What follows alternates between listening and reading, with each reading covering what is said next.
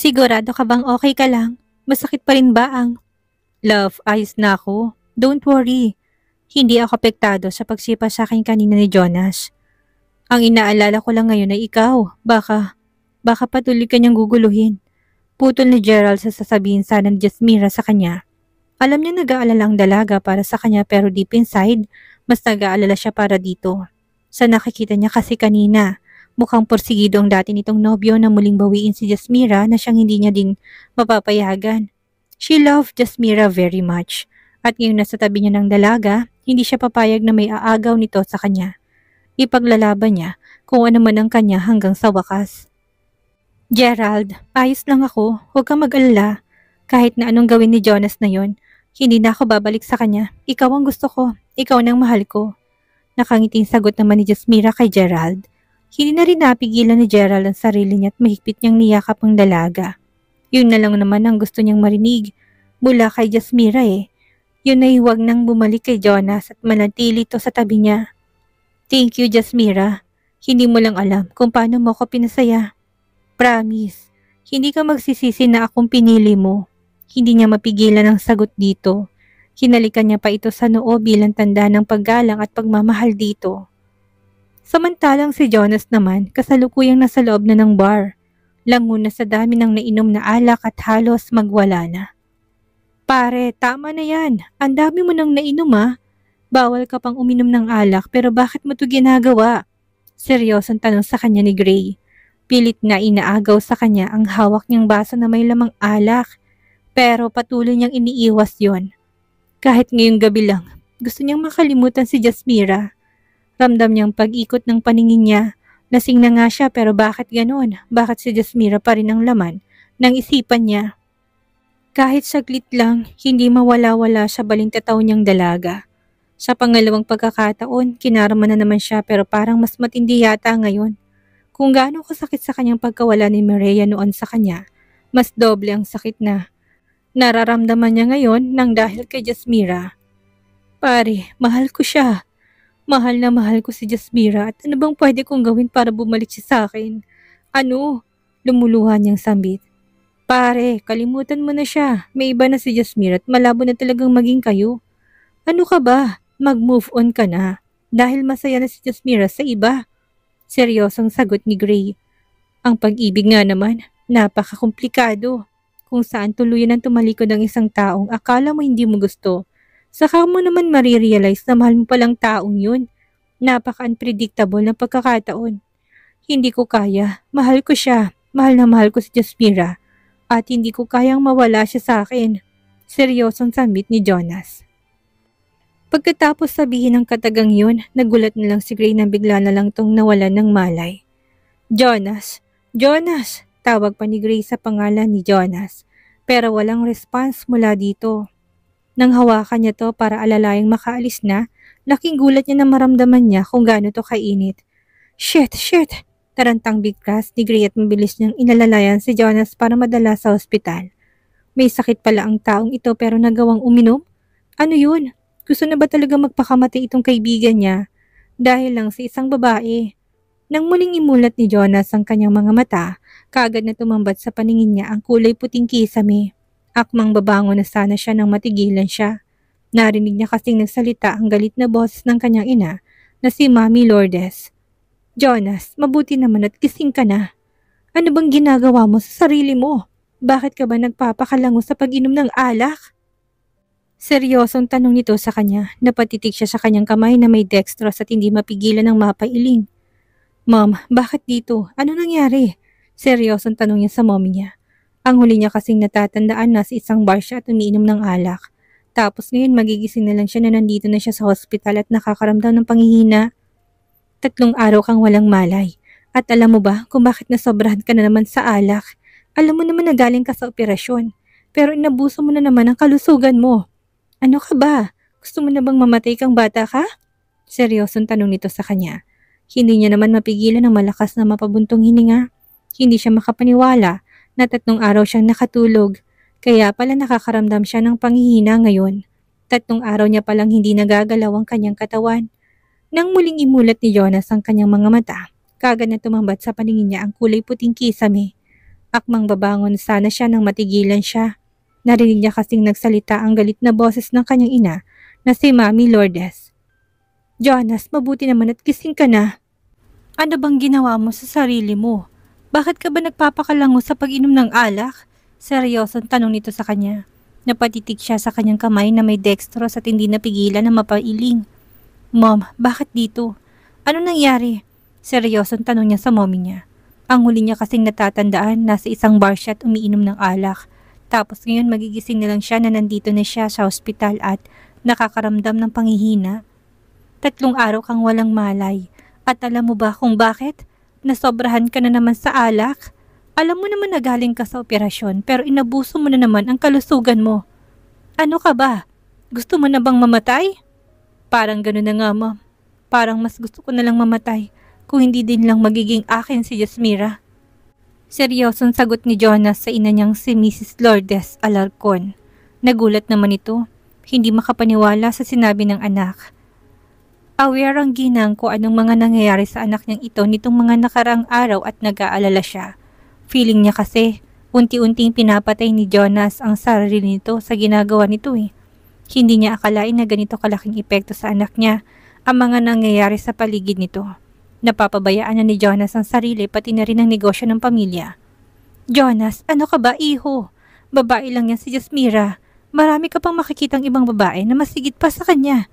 Hindi mo dapat ipagsiksikan ng sarili mo sa taong ayaw na sayo. Seryosong sagot niya dito. Pero tanging pag-iling lang ang naging sagot nito. Mabilis na bumangon mula sa pagkakahiga sa hospital bed at walang sabi-sabing basta na lang nitong tinanggal ang karayom na nakakonekta sa dextrose nito. Jonas, anong ginagawa mo? Seryoso niyang tanong dito. Kaya lang para bang walang narinig si Jonas at mabilis ang hakbang na kaagad itong naglakad palabas ng kwarto. Kaagad naman ito sinundan ng ginang. Hindi kasi pwedeng basta na lang umalis ang anak niya, lalo na't hindi okay ang kalusugan nito. Jonas, ano ba? Bumalik ka dito! Jonas! Sigaw niya pero parang wala itong narinig. Pagkalabas ng hospital, basta na lang itong sumakay ng taxi kaya naman mas lalo siyang naalarma. Mabuti na lang talaga at may isa pang taxi na huminto sa harapan niya. Kaya mabilis na din siyang sumakay para sundan ng anak niya. Sundan mo ang taxi na yan. At huwag mong hayaan na makawala sa paningin mo, utos niya sa driver. Pagkatapos noon mabilis niyang tinawagan ang asawa niyang si Limuel para makahingi ng tulong. Hindi pwedeng palaging ganito ang anak niyang si Jonas. Kasi ikakapahamak nito kung palaging ganito ito. Nagtaka pa si Mrs. Alarcon nang sa isang condo building huminto ang taxi. Muli niya itong sinundan hanggang sa makapasok sa loob. Tahimik siyang nakamasid hanggang sa huminto sa isang pintuan ng anak niya at makailang ulit na nag-doorbell. Jasmira! Jasmira! Lumabas ka dito! Kausapin mo ko, Jasmira! Tawag nito sa pangalan ng dalaga. Hindi naman mapigilan ni Mrs. Alarcon na makaramdam na matinding lungkot para sa anak niya. Isa lamang siyang ina na labis na nagmamahal sa anak niya at hindi niya ito kayang makitang nasasaktan ngayon. Mahal kita eh. Mahal na mahal kita, Jasmira. Sumama ka na sa akin, please. Sumama ka na sa akin, Jasmira. Nakikiusap nitong wika. Makailang ulit pa din nitong pinindot ang doorbell na nasabing unit pero walang Jasmira na lumalabas. Durog na durog ang puso ni Mrs. Lourdes Alarcon habang pinagmamasdan ng anak niya. What have I done? Talaga bang si Jasmira ang gusto mong maging asawa ha, Jonas?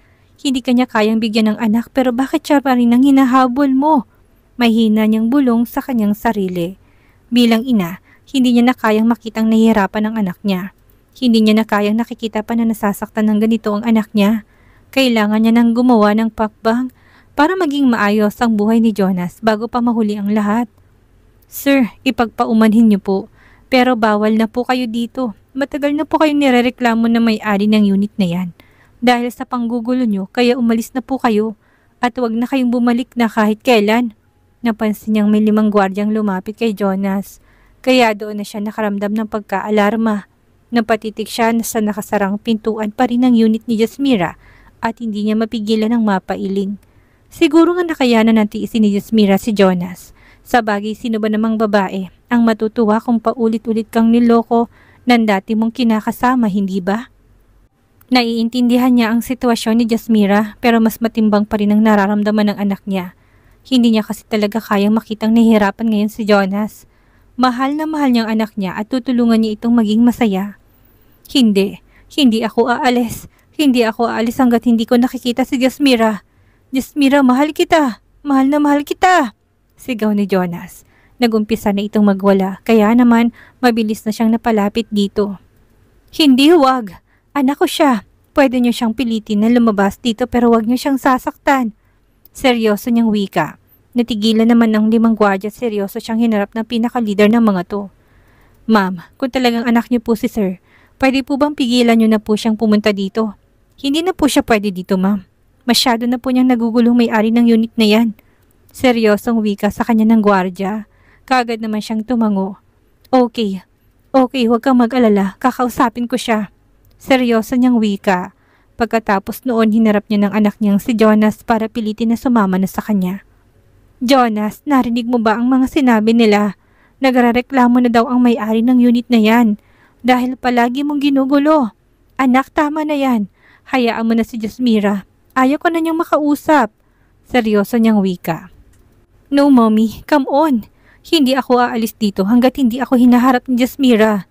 Hindi ako aalis dito hanggat hindi ko siya nakakausap. Seryosong wika ni Jonas sa ina niya.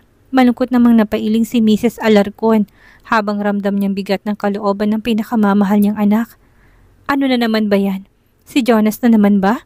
Hindi pa rin ba siya umaalis? Niinis niyang sambit. Habang nagtatagal, lalo siyang nakakaramdam ng inis para kay Jonas. Paano ba naman kasi sobrang kulit na nito? Wala na itong ibang ginawa kundi ang kulitin siya at paulit-ulit na nagdo-doorbell sa pintuan ng unit niya. Nakaka-stress ng kakulitan ng taong yon na kahit mga gwardya, hindi to kayang palayasin. Hindi tuloy siya makalabas sa sarili niyang unit ngayon. Magkikita pa naman sila magkakaibigan na sila Devon at Mireya sa resto mamaya at kailangan niya na talagang makaalis ngayon.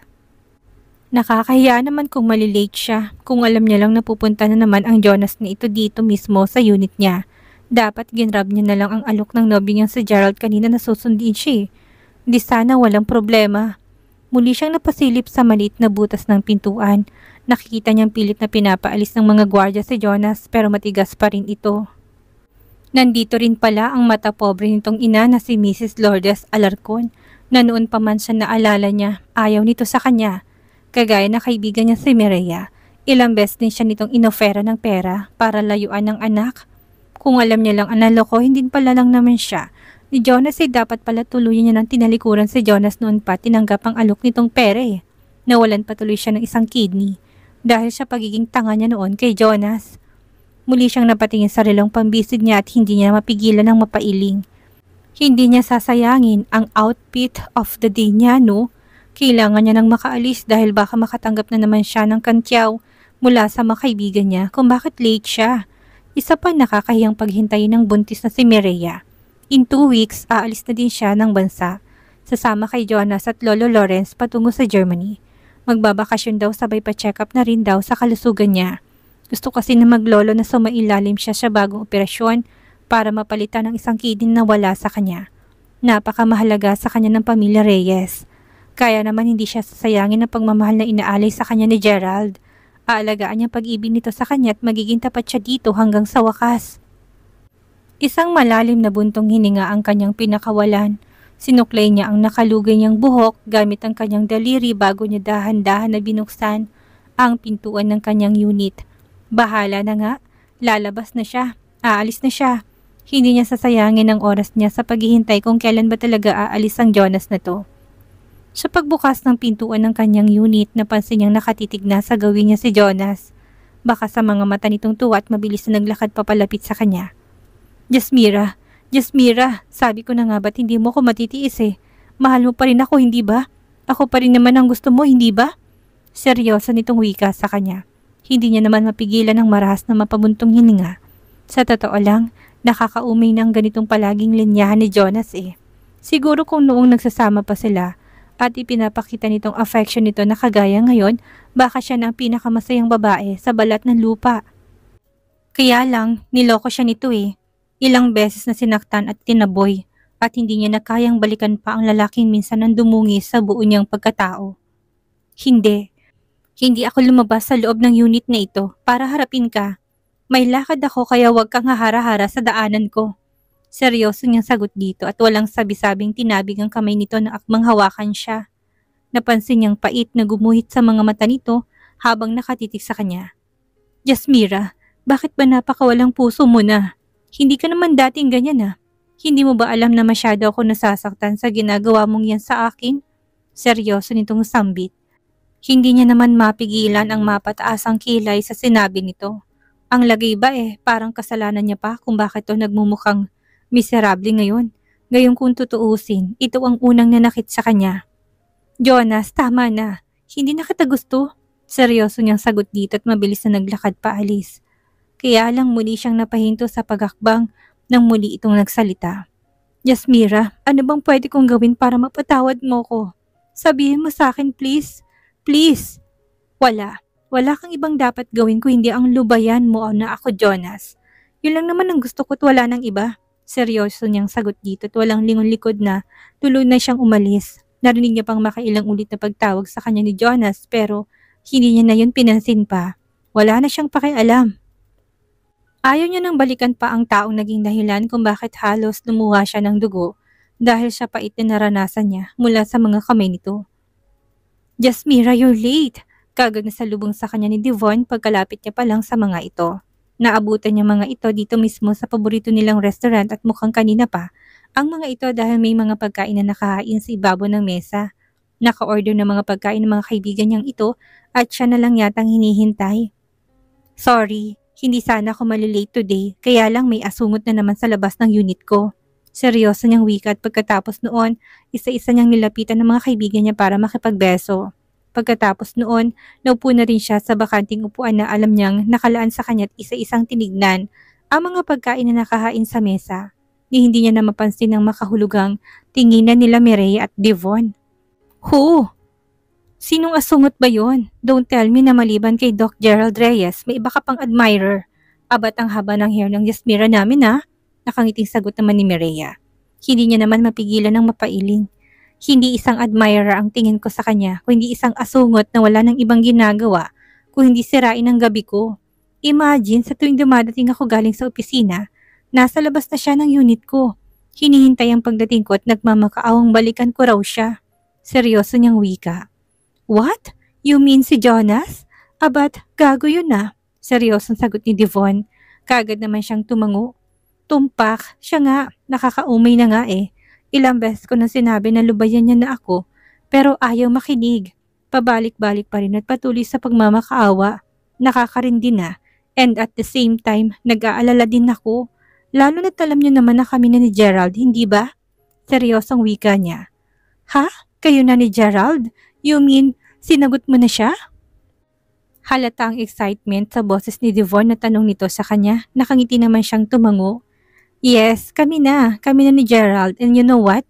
Masaya ako sa kanya, nakangiting sagot niya. Oh my God, we're so happy for you, Jasmira. Naku, isa itong malaking celebration for us.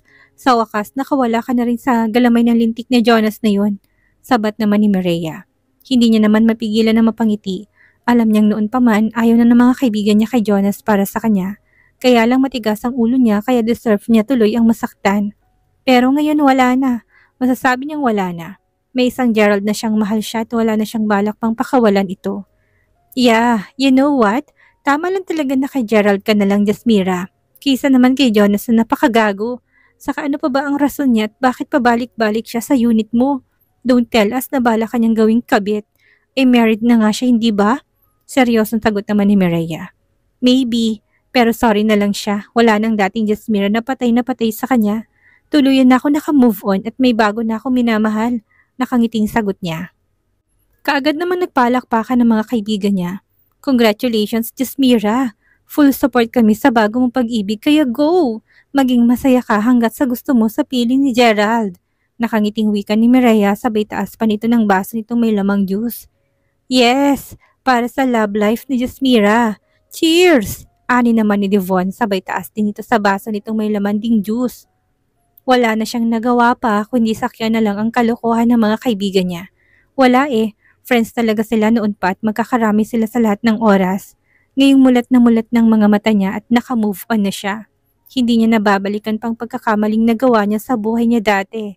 At saka sigurado na rin siya sa sarili niya na magiging masaya siya kay Gerald. Kahit nga itong mga kaibigan niya, approve kay Gerald eh. So ibig sabihin na sa tamang landas na siya ngayon. Habang kumakain silang magkakaibigan, sinasabayan nila yun ng iba't ibang topic ng kwentuhan. Halos lahat ay siyang laman ng topic dahil siya ang itong may bagong love life. Kumbaga siyang bida sa araw na to habang magkakasama silang magkakaibigan. Pagkatapos nilang kumain, nagpasya na rin silang mag-ikot-ikot para mag-shopping. Gusto nilang magkakaibigan na sulitin ang araw na ito dahil hindi rin nila alam kung kailan sila ulit makakapag-bonding, lalo na sa susunod na buwan, kabuwanan na ni Mireya. Focus na naman ito sa bago nitong baby.